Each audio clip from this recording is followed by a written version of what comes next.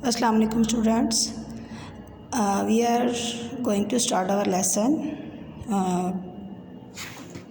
from class 5 and our unit number is unit number 2.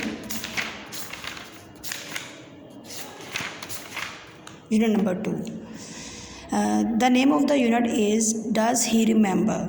As you know, it means क्या तुम्हें या उसे याद है. There are three main characters in this story. The first is Mike, the person who goes for meeting to Nabil, and the second is Nabil, the friend of Mike, and the third is old man who opens the door, and the fourth is Marmaduke, a valiant dog who is old but not forget past. Okay, as you know, इस story के बारे में आपको मैं बताती हूँ. आपको मैंने 3 कैरेक्टर बता दिए हैं, ठीक है. 3 पर्सन्स हैं और एक इसमें डॉग है.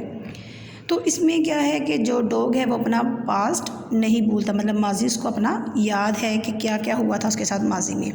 तो इस स्टोरी में देखिए कि जो मेन कैरेक्टर है माइक है. ये माइक कौन है? ये अपने फ्रेंड नबील से मिलने के लिए उसके घर में आता है, ठीक है. तो उसके घर में बेल, हर घर में बेल लगी होती है, तो उसके घर पे भी एक बेल लगी हुई है. तो वो बेल के ऊपर क्या लिखा होता है कि तुम्हें, इसके ऊपर क्या लिखा होता है कि कुत्तों से होशियार रहिए. कुत्तों से होशियार रहिए का क्या मतलब है कि वो क्या, उसको पहले पता है कि इसके घर में डॉग्स रहते हैं, कुत्ते हैं. तो उसके नीचे किसी ने मजाक में लिख दिया कि वो तुम्हें नाश्ते में खा जाएंगे. तो जो माइक है वो बहुत ज़्यादा परेशान हो जाता है कि ओहो ये क्या हो गया है, मतलब अब इसके घर में कुत्ते, तो मैं कैसे जाऊंगा. लेकिन वो दरवाज़ा नॉक कर देता है. तो वो भी सोच ही रहा होता है कि क्या होगा. तो इतनी देर में एक बूढ़ा आता है, बूढ़ा इंसान होता है जो उसका गेट खोलने आता है. तो वो गेट जब खोलता है, जैसे इसमें वर्ड्स हैं प्रेस्ड, दबाना, अम्यूजिंग, और करना, प्रोलॉन्ग्ड, तवील, स्कैरिंग, तेज़ी से भागना, फेबल्ड, ज़ोर आजमाई करना, शफल,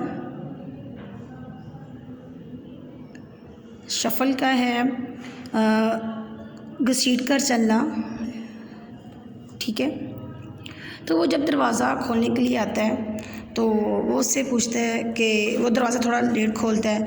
जैसे वो खोलता है तो वो उसको कमरे में लेके जाता है. जो बूढ़ा आदमी होता है उसको, माइक को नबील के पास लेके जाता है. तो नबील उसको देख के कहता है कि माइक ये तुम ही हो?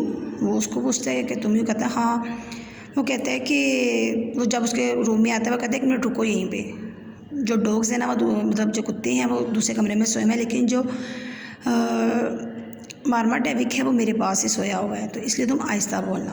वो कहते हैं मार्माडेविक, वो भी मतलब सोया हुआ है तुम्हारे पास, तो क्या उसे सब याद होगा मेरे बारे में, मैं जब उसको तंग करता था. तो वो कहते हैं हाँ तुम्हें उसे याद होगा. कहता अच्छा. तो कहता तुम अभी शोर ना करना. लेकिन थोड़ी देर बाद उसके खराटों की आवाज़ आती है. फिर वो कहता है 1 मिनट चुप कर जाओ. जब वो चुप करता है तो 3 देर में वो कुत्ता मार्माडेविक जो है वो जाग जाता है. वो जाग जाता है तो वो देखते ही उसके ऊपर जंप करता है. तो नबील फ़ौरन से उसको पकड़ लेता है कि उसे पता होता है कि ये अब उसके ऊपर जंप करने लगा है, ठीक है. तो वो, इसका मतलब है कि वो एक ऐसा डॉग था जिसने अपने माजी को नहीं भूला, कि उसको याद था कि जब वो पहले उसके घर में आता था, उसको तंग करता था, तो वो उसके साथ शरारतें करता था या उसको टीज़ करता था. तो ऐसे ही वो उसको करता था. लेकिन जब वो उसके ऊपर वो करता है, वो बहुत ज़्यादा खौफज़दा हो जाता है माइक के अब क्या होगा. तो वो जल्दी से अपने आप को बचाकर तो उसके गेट को अबूर कर जाता है, भाग जाता है वहाँ से, और जाकर अपने फ्रेंड को जल्दी से अपना पसीना साफ करता है और फ़ोन करता है कि इंशाल्लाह हम फिर कभी मिलेंगे. लेकिन वो दोबारा कभी भी नहीं मिल सके. तो इसमें आपको स्टोरी किसकी पता चली है? एक ऐसे कुत्ते की जिसको अपना माजी याद था.